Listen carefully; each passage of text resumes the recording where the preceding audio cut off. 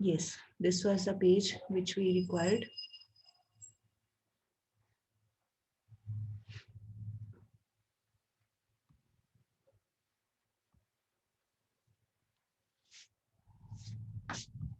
हाँ जी राजदीप मैम, अब मैंने आपको फिर से होस्ट बना दिया है, ठीक है जी? Okay ma'am, okay. हाँ जी ठीक, thank you dear, thank you. हाँ जी बेटे, तो हमारा क्वेश्चन चल रहा था, that statement is already with you, no need to do that again, why to waste time to do the same things. तो यहाँ पर हम लोग आई थिंक यहाँ पहुंच गए थे, ठीक है? डी डैश वाई था हमारा, निकाल लिया था हमने, D dash Y square, you can cross check, 410149616। उसके बाद did we do this Sania Bhatia, कर लिया था बेटे ये वाला F into D dash Y? You can unmute बेटे। हो गया था ये वाला भी, हो गया था कॉलम? ओके, मतलब we got the total, okay fine fine, very right. चलो भाई, अब हम कर लेते हैं, मीन निकाल लेते हैं, ठीक है? तो अब क्योंकि नाउ वी नो कि there is no hard and fast rule कि कौन से मेथड से करना है, तो मैंने जान के ये मेथड से किया था ताकि एक बार ब्रश अप हो जाए हमारा दोबारा से। तो क्योंकि all values related to step deviation method are already there with us, तो it's better to apply step deviation method for mean also, क्योंकि कैलकुलेशन तो हमने सब कुछ किया ही हुआ है। तो मीन के लिए वाई बार मतलब ग्रुप बी, ठीक है? आप बी बार भी लिख सकते हो, या ग्रुप ऊपर हेडिंग दे सकते हो ग्रुप बी, जैसे आपको ठीक लगे। So this is again step deviation method, A plus sigma F D dash Y, क्योंकि वाई की बात हो रही है, वाई मतलब बी ग्रुप की बात हो रही है, divided by sigma F into C, and A we have got 25, mid point में से जो लिया था assumed mean, plus then sigma F D dash Y, तो ये एफ डी डैश वाई है, टोटल इसका है sigma that is 75, divided by sigma F है 100 इंटू, ये कर लेंगे हम, ये कॉमन फैक्टर दैट इज 10। तो after doing all the calculation, I hope those who have done they would have got 32.5 as mean. ठीक, इसको आपने सर्कल कर लेना है, एक बात हो गई है हमारी। अच्छा, अब आ जाए हमारा नेक्स्ट है जो स्टैंडर्ड डेविएशन वाई, वाई माने मतलब ग्रुप बी। तो formula same, step deviation method, sigma square root लगा के sigma F into D dash Y square over sigma F. तो let us put the values, sigma F into D dash Y कितना है 259, तो ये लिख दिया 259 divided by sigma F 100 minus sigma F D dash Y, तो ये निकाला था हमने 75 डिवाइडेड बाय सिग्मा एफ 100 इसका होल स्क्वायर, ठीक, into 10 that is outside the root. तो अब यहाँ पर ये 75 ओवर 100 है, we can divide it with 25, सीधा सीधा डिवाइड हो जाएगा ना, 25 3s are 75 and 25 4s are 100, तो ये 3/4 हो जाएगा। तो अब 3/4 का आप वो आगे डिवाइड नहीं हो रहे हैं, तो फिर उसका होल स्क्वायर कर लो, 3 3s आर 9 और 4 4s आर 16, ठीक। और यहाँ पर आप चाहे तो आप 2.59 कर सकते हो, नहीं करना आपकी मर्जी, जैसे आपको कैलकुलेशन इजी लगे, एलसीएम लेके करना है, you can do in that manner also as you feel easy in calculation, ठीक है। तो ये सारा कुछ कर करा के we have got this, you can note down 14.24, but it is not easy, ये इतनी सारी कैलकुलेशन करके फिर स्क्वायर रूट निकालना, it takes a lot of time and energy, है ना, यहाँ टाइम लगेगा आपको, तो थोड़ा सा फास्टली आपने करना है 14.24, ठीक। अच्छा, नाउ अभी हमने पार्ट्स ही निकालने, अभी मेन चीज नहीं निकाली है। तो मेन क्या था हमारा, we were suppose to find CV, तो सीवी का formula standard deviation divided by mean. तो since we are talking about group B, तो ग्रुप बी की standard deviation that is 14.24, here we are writing, divided by group B का mean that is ये 32.5 into 100, and ultimately it is coming out to be 43.82। अभी आप लिख ले, बाद में आपने करके देख लेना 43.82%। अच्छा, अब हमारा if you see your notebook, तो उसमें आप देखिए what was the CV of group A, check करिए जो कल किया था, दैट वाज 45.55%, ठीक है। तो हमारा क्वेश्चन क्या था कि find out which group is more uniform, कि दो ग्रुप है तो which group is more uniform. Now you please compare CVs and please let me know how will you interpret this result. Anyone can tell कौन सा group uniform है बेटे? कोई भी बच्चा बता सकता है? Group B. हाँ, very right. Group B is more uniform. Why? वो फिर अपने साथ में reason you have to write कि group B is, you can write in your notebook, group B is more uniform as its CV value is less. या line जैसे मर्जी बना लो, उससे फर्क नहीं कोई भी पड़ता. As the value of its CV is less as compared to that of A, group A. ठीक, तो ये आपने साथ में this concluding line is required, क्योंकि अगर ये आप लिखोगे नहीं और क्वेश्चन में हमें पूछा है कि बताइए कौन सा ग्रुप स्टेबल है या यूनिफॉर्म है या नहीं है, तो फिर आपका रिजल्ट विदाउट इंटरप्रिटेशन वो रॉन्ग हो जाता है. अगर आपको याद हो तो एक अपने किया था स्टैटिस्टिक्स के डेफिनेशन में सिंगुलर सेंस में, उसमें किया था we have done that statistics is a science of collection of data, then classification या organization of data, then presentation of data, then analysis of data, और उसके बाद बोला था interpretation of data, है ना. तो interpretation अभी तक बीच में कहीं नहीं आया था. तो interpretation का मतलब है कि when we get this answer, ultimate answer when we get, ये सारा कुछ जो भी हमने किया ना, ये सारे इतने सारे स्टेप किए, these are analyzation of data, ये हम एनालाइज कर रहे हैं, मेथड कोई भी अप्लाई करके एनालाइज कर रहे हैं. तो ये एनालिसिस करने के बाद फिर वी हैव टू इंटरप्रेट का मतलब एक्सप्लेन करना है कि जो आंसर है उसका मतलब क्या बनता है. कोई भी लाइन लिख के फिर उसका मतलब क्या बना, तो फिर जब हम ऐसे अपने वर्ड्स में एक्सप्रेस करते हैं भी जी हाँ जी इसका बात का ये मतलब निकल रहा है, तो दैट इज इंटरप्रिटेशन. तो स्टैट्स में at many places as per the requirement we interpret also. ठीक है, चलो अब एक थोड़ा छोटा सा सम कर लेते हैं. आप इतने लंबे लंबे सम करके थक गए होंगे हैं, एक छोटे वाला सम भी करते हैं. 1 मिनट, और थोड़ा वो फास्ट करना है आपने. चलो, जो भी ऑनेस्ट बच्चे हैं वो सोल्यूशन को नहीं देखेंगे, just write the values only. Find CV from the following, find CV from the following. Variable x की values are 2, 6, 10 and 14. 2, 6, 10 and 14, and frequencies are 4, 8, 2 and 1. 4, 8, 2, 1. ठीक, क्वेश्चन का है कि find CV. Now in this question there is no comparison, comparison वाला कुछ नहीं पूछा हुआ है, वैसे ही हमें एक सीरीज कुछ भी दिया हुआ है data, then we have to calculate. तो कुछ नहीं करना अब इसमें, हमें कोई इंटरप्रिटेशन की जरूरत नहीं पड़ेगी क्योंकि कंपैरिजन नहीं है. तो simply apply any method of your choice, जो भी आपका दिल करता है, you can apply that method. And let me check whether you are doing और नॉट. स्क्रीन से देख देख के नहीं लिखना है, अपने आप जरा कैलकुलेशन करनी है.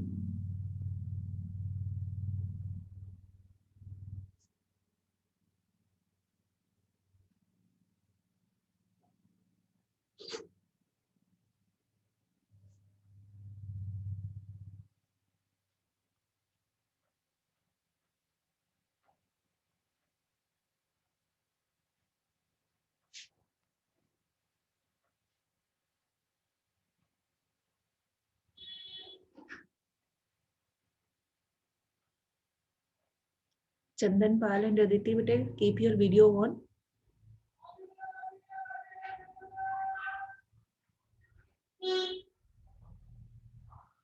That's better. Chandan Pal also, video on कर लो बेटे.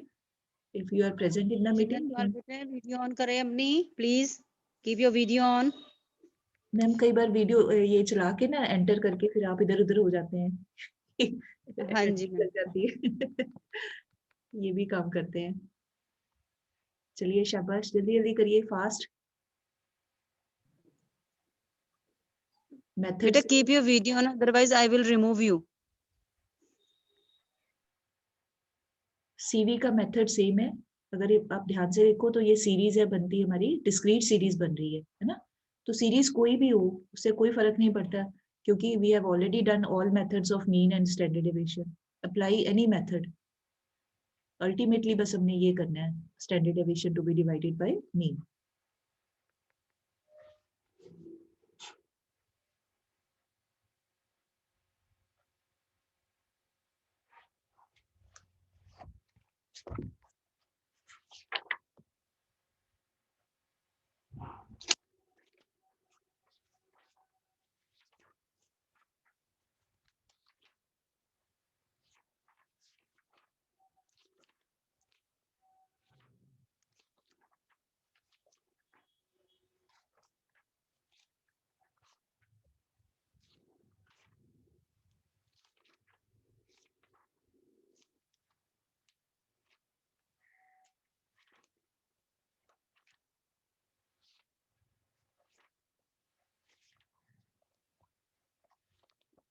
जी डन बेटे, कर लिया? कनिका गोयल कर लिया बेटे?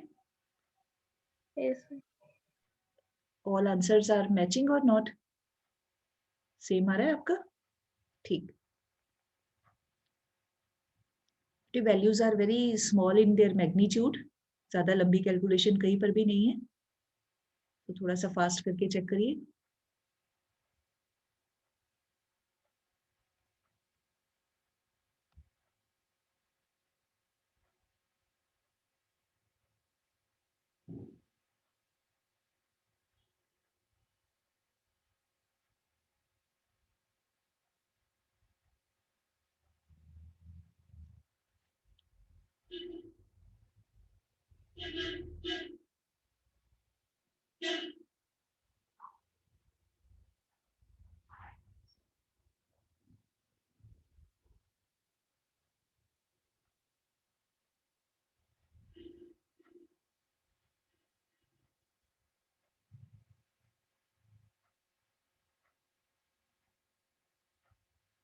हाँ जी, चाहत डन बेटे?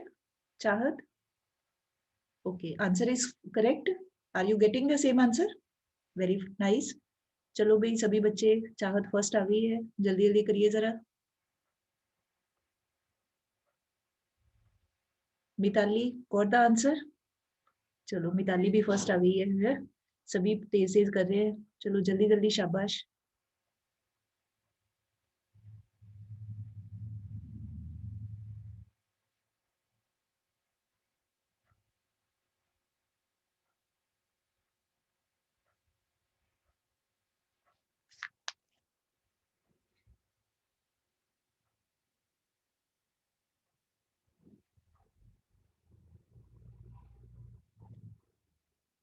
जी प्रांजल, गुरजोत, हो गया बेटे? ठीक है, चलो I think majority of the students have done. So let me tell, mean आ गया था हमारे पास में 6 और direct method has been applied, but as I said आपका जो मन करे आप कोई भी मेथड से कर सकते हो। और स्टैंडर्ड डेविएशन आ रहा है 3.26 and then substituting the values, ultimately we will get this CV equal to 54.43%. Now in this case no interpretation is to be done, क्योंकि हमें क्वेश्चन में किसी के साथ कंपैरिजन नहीं पूछा हुआ है, only CV of this data has been asked, तो फिर बस उतना ही निकालना पड़ेगा, क्योंकि सिंगल सेट का, सिंगल सीरीज का किसी के साथ कंपैरिजन नहीं है। हम कुछ नहीं कहेंगे कि ये स्टेबल है कि नहीं है, that can not be said because there is no comparison question. ठीक है, चलो अब आप अगला जो मैं स्टेप बताने जा रही हूँ, you all will be very happy.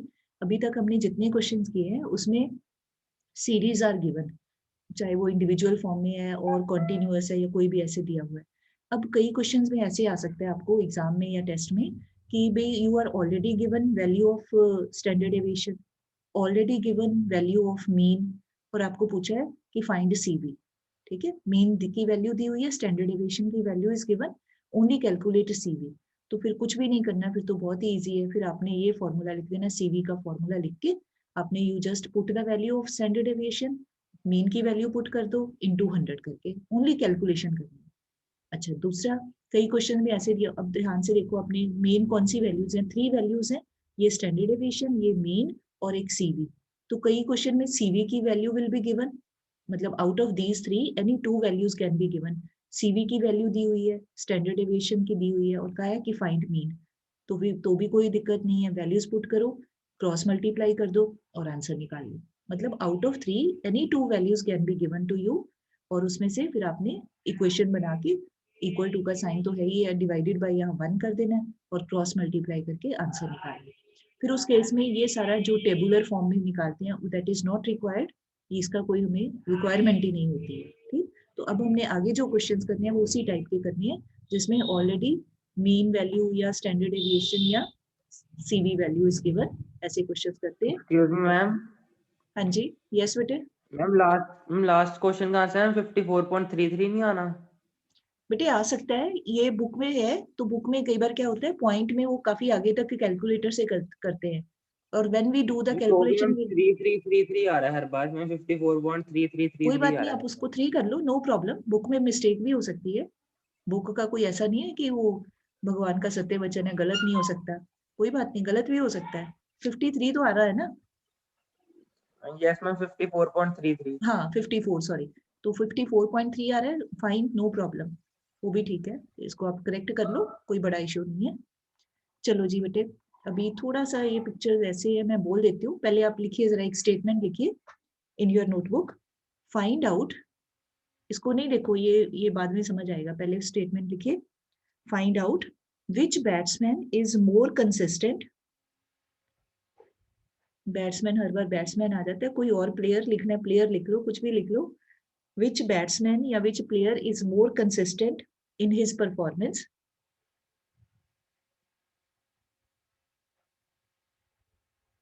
ठीक है। अब एक हेडिंग दीजिए बैट्समैन ए या प्लेयर ए, ठीक है, उसके नीचे लिखिए एवरेज स्कोर, मतलब ए बैट्समैन का average score that is 46, 46 and standard deviation of batsman A, उसी के नीचे लिख लो स्टैंडर्ड एविएशन, बैट्समैन ए की है 25.5, यहाँ नहीं देखो बेटे, पहले आप लिख लो जो मैं बोल रही हूँ 25.5, ठीक। फिर उसके बाद लाइन लगा लो, अब है batsman B, second player, second batsman, अब उसका दिया हुआ है एवरेज स्कोर 50,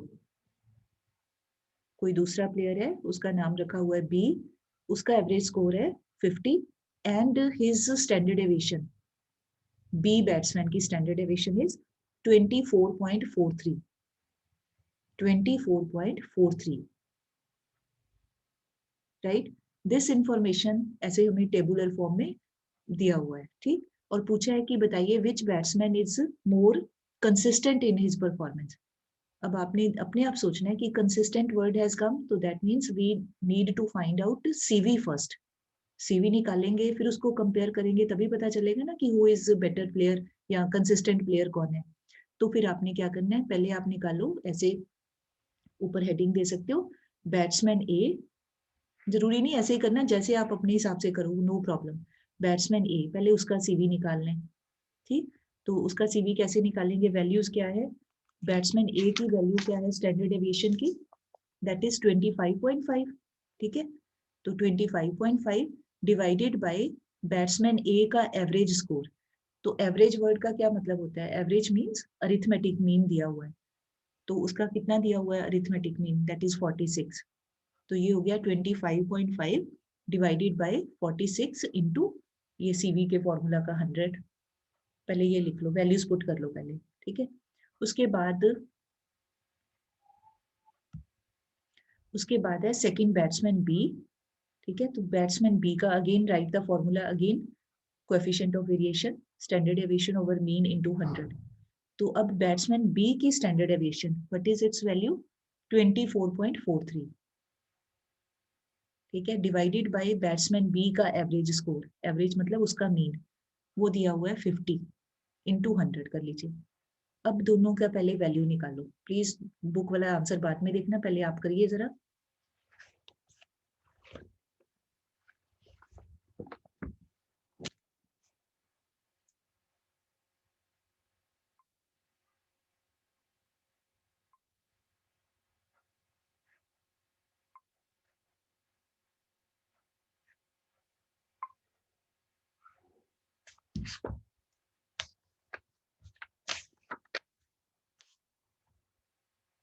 बुक वाला आंसर रॉन्ग भी हो सकता है, एज केतन हैज सेड, ठीक है, there can be some wrong answer also, या समटाइम्स मिस प्रिंटिंग भी हो सकती है, so you all are advised to find your own answer and then compare.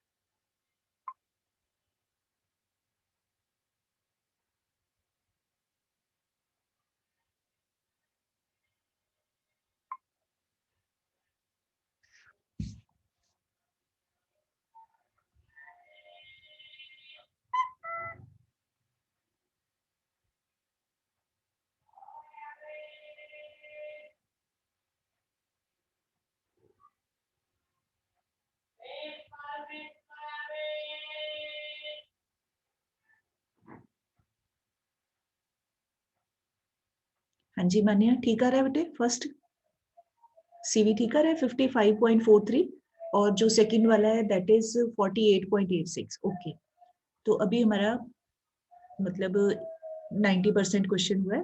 अभी पूछा क्या था उन्होंने कि which player is more consistent player. Now you please see कि value of this CV of B player is less, है ना, इसकी वैल्यू कम है 48 है और दूसरे की 55 समथिंग है। तो जिसकी वैल्यू कम है वो प्लेयर होता है ज्यादा कंसिस्टेंट। तो फिर हमारा जो फाइनल आंसर बनेगा वहां पर आपने लिखना है कि batsman B is more consistent in his performance, or you may write in your own wording also, that is not a problem.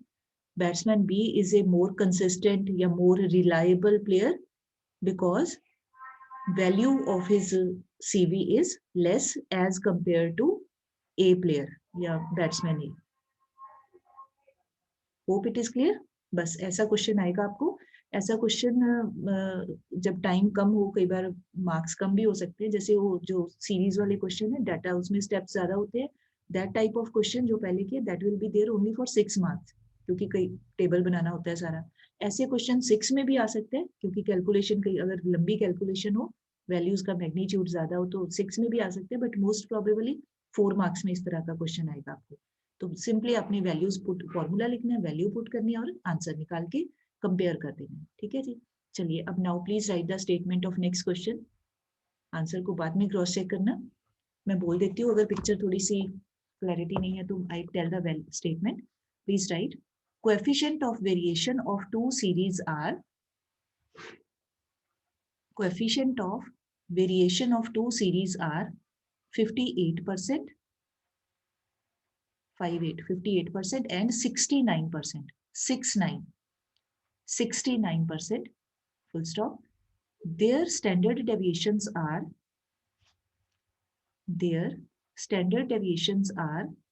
21.2, 21.2 and 15.6, 15.6. What are their means? What are their means? ठीक है, अब क्या करना है, again पता कैसे चले, सबसे पहले तो पता लगाना है कि ये बेचारा क्वेश्चन है किस चैप्टर का, है ना। कईयों को तो यही नहीं पता लगता कि क्या है, कौन सा है कौन सा नहीं है। तो पहले तो आपने जहां ही आपने पढ़ लिया कोएफिशिएंट ऑफ वेरिएशन, पहले तो उसको ऊपर नाम कर लेना है कि जय हो माता, हमें पता चल गया कि ये सीवी का क्वेश्चन है। ठीक, तो फिर पहले सीवी को याद करना है, फिर लिख लो आप उसका फॉर्मूला। फॉर्मूला लिख के अब आप स्टेटमेंट में देखो कि which value has been given, उसको कर दो सब्स्टिट्यूट, और जो रह गई है वैल्यू जो निकालना है उसको एज इट इज ही लिखा रहने दो। अब जैसे मीन निकालना है तो मीन वाली वैल्यू ऐसे लिख देंगे x बार, बाकी की 2 वैल्यूज आर गिवन, वो पुट करके क्रॉस मल्टीप्लाई करके आप पहले अपना मीन की वैल्यू निकालें। ठीक है, तो ये फर्स्ट का हो जाएगा। जैसे फर्स्ट सीरीज मतलब सेंटर में you can draw a line also, एक तरफ लिख लो सीरीज 1, एक तरफ लिख सकते हो सीरीज 2 या सीरीज ए बी, वो अपनी मर्जी है। तो क्या है उसका सीवी की वैल्यू 58%। ठीक है, तो पहले लिख लो फॉर्मूला लिख के।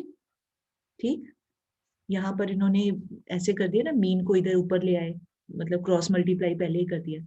आपकी मर्जी है, आप जैसे मर्जी कर सकते हो।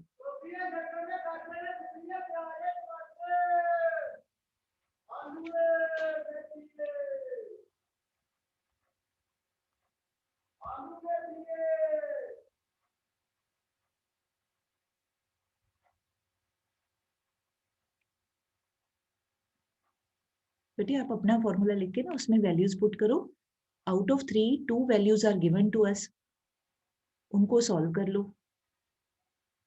जब हम उनको सॉल्व कर लेंगे तो फिर जो आएगा हमारे पास में that will be the value of mean.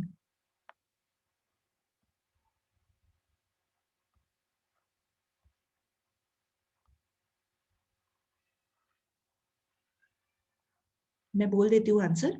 First series का मीन आ रहा है यहाँ पर आपने अपना निकाल के चेक कर लेना, दैट इज 36.55, 36.55। और जो सेकंड है सीरीज उसका मीन आ रहा है 22.61, 22.61। अब आप अपनी कैलकुलेशन करो। बस अब हमारा काम खत्म है, ये प्रैक्टिस ही करनी है। आप अपनी कैलकुलेशन करके चेक करो कि ये ठीक है और इज इट रॉन्ग।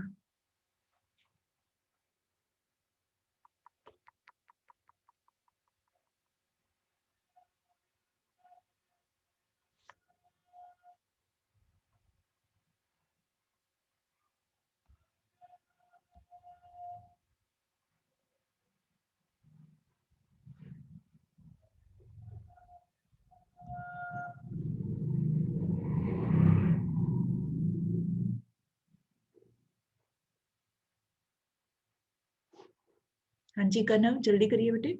क्या कर लिया आपने Kanav Batra? Done? Calculations have been done by you? हाँ फिर करो बेटे, करके चेक कर लीजिए जरा। Aditi, are you getting the answer?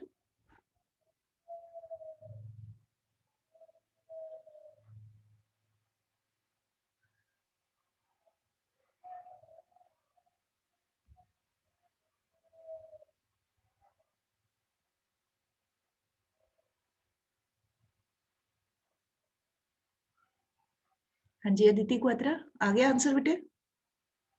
ठीक है, ओके फाइन, वेरी राइट। जिनका आंसर आ गया है they can start the next question. जिनका नहीं आया है प्लीज कंप्लीट द कैलकुलेशन, क्योंकि अब हमारा बस यही है और कुछ भी नहीं है, प्रैक्टिस ही है हमारी। Hina Taneja, have you got answer बेटे? Okay, I think so majority of the students they have got, that's better. जिनका नहीं आया है वो उसको कंप्लीट करके फिर नेक्स्ट लिखें। इन द मीन टाइम जिन्होंने कर लिया, for them I am going to speak the next statement. You can note down. Calculate the standard deviation. Calculate the standard deviation if coefficient of variation is 23.21. If coefficient of variation is 23.21, comma, number of items is 110 and mean is 21. And mean is 21. I am repeating. Calculate the standard deviation if coefficient of variation is 23.21, comma, number of items is 110 and mean is 21. ठीक, और निकालना क्या है हमने? Standard deviation. अच्छा, अब आप ध्यान से देखो, पता कैसे चलेगा? ये CV वाला वर्ड आ गया, इसका मतलब ये उससे रिलेटेड क्वेश्चन है। तो पहले तो you just write the formula of CV, that is equal to standard deviation by mean into 100। ठीक, अब हमें CV की वैल्यू दी है तो CV की जगह CV की वैल्यू पुट कर ले, दैट इज 23.21। उसके बाद स्टैंडर्ड डेविएशन वो निकालना है, उसको ऐसे ही लिख लो, standard deviation divided by mean दिया हुआ है 21 डिवाइडेड बाय, आप इसके हिसाब से ना जाओ, उन्होंने दूसरी मतलब पहले ही पुट करके कर दिया, आप अपने अकॉर्डिंग करो जैसे करना है आपने। तो 23.21 is equal to standard deviation divided by 21 into 100। ठीक, अब आप इसको करो। अब आप अगर ध्यान से इफ यू आर ऑब्जर्विंग, तो we have been given one additional information, that is number of items. ठीक, so these words have been given to make us confused only। अपने फॉर्मूला में देखो, हमें कहीं भी ये नहीं चाहिए कि नंबर ऑफ आइटम्स कितनी है, तो ऐसा नहीं करना कि इफ इट इज गिवन तो certainly we have to apply it here और देयर, कि नहीं जी पेपर डालने वाले ने पेपर में लिख दिया तो कहीं ना कहीं इसको यूज करना ही करना है। No, that is not required. ठीक है, वो आपको सिर्फ कंफ्यूज करने के लिए कि भी कई बच्चों ने क्या करना है, कहीं ना कहीं ये 110 को भी एडजस्ट कर देना, जबकि वो रिक्वायर्ड ही नहीं है। तो आपने कुछ नहीं करना, आपने you just have to go by the formula. तो फॉर्मूला के हिसाब से आप देखो, बस इसको छोड़ दो, कुछ नहीं करना इसको।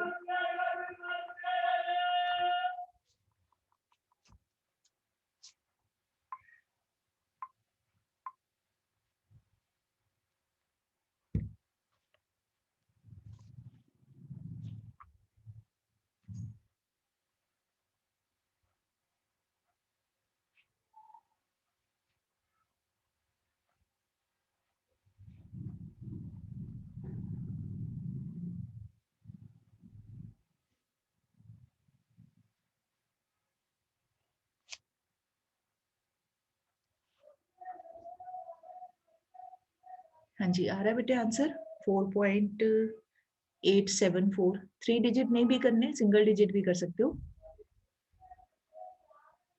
लेट मी सी।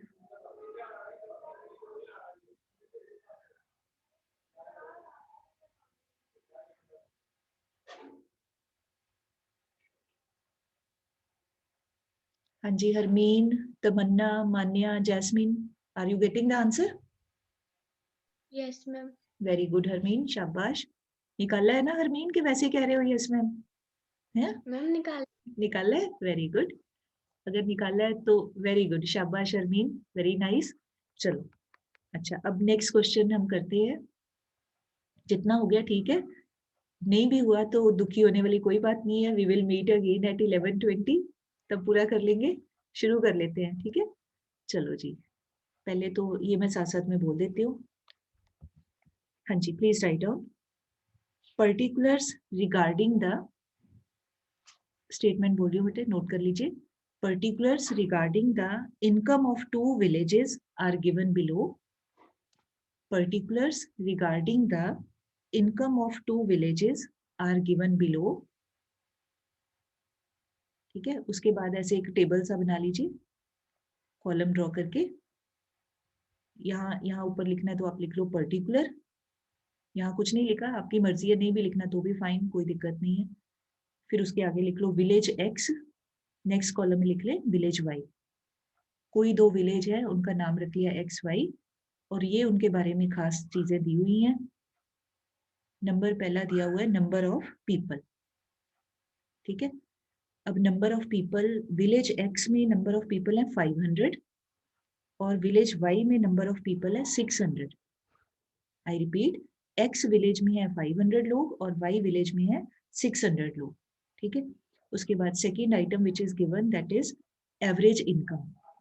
तो एवरेज का मतलब mean income, arithmetic mean. Average income of village X is ₹186 and village Y में एवरेज इनकम है ₹175। Then last item which is given standard deviation. तो standard deviation for village X it is 9, only 9, and for village Y it is 10, ठीक है। ऐसे हमें एक table सा बना के हमें इंफॉर्मेशन दी हुई है। उसके बाद नीचे please write down 3 questions have been asked. I am speaking. First point which is asked, that is, what is the average income of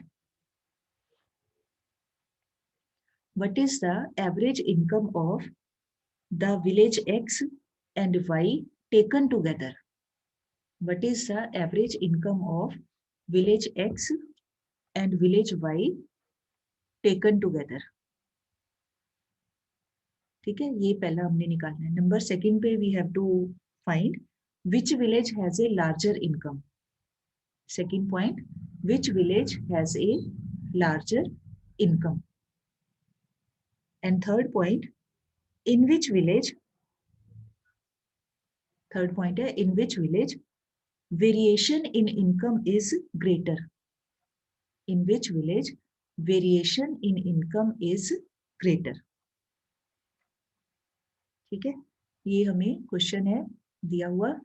तो अभी 10:30 हो गए, टाइम भी हो गया, 40 मिनट्स हो गए, ठीक है। We will solve this question in the next period when we meet at 11:20, ठीक।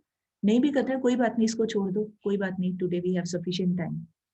तो with this our syllabus is over, सारे मेथड्स हो गए। अब नेक्स्ट पीरियड में हमने सिर्फ प्रैक्टिस करनी है, राइट बेटे। चलो Rajdeep ma'am, you can and the meeting.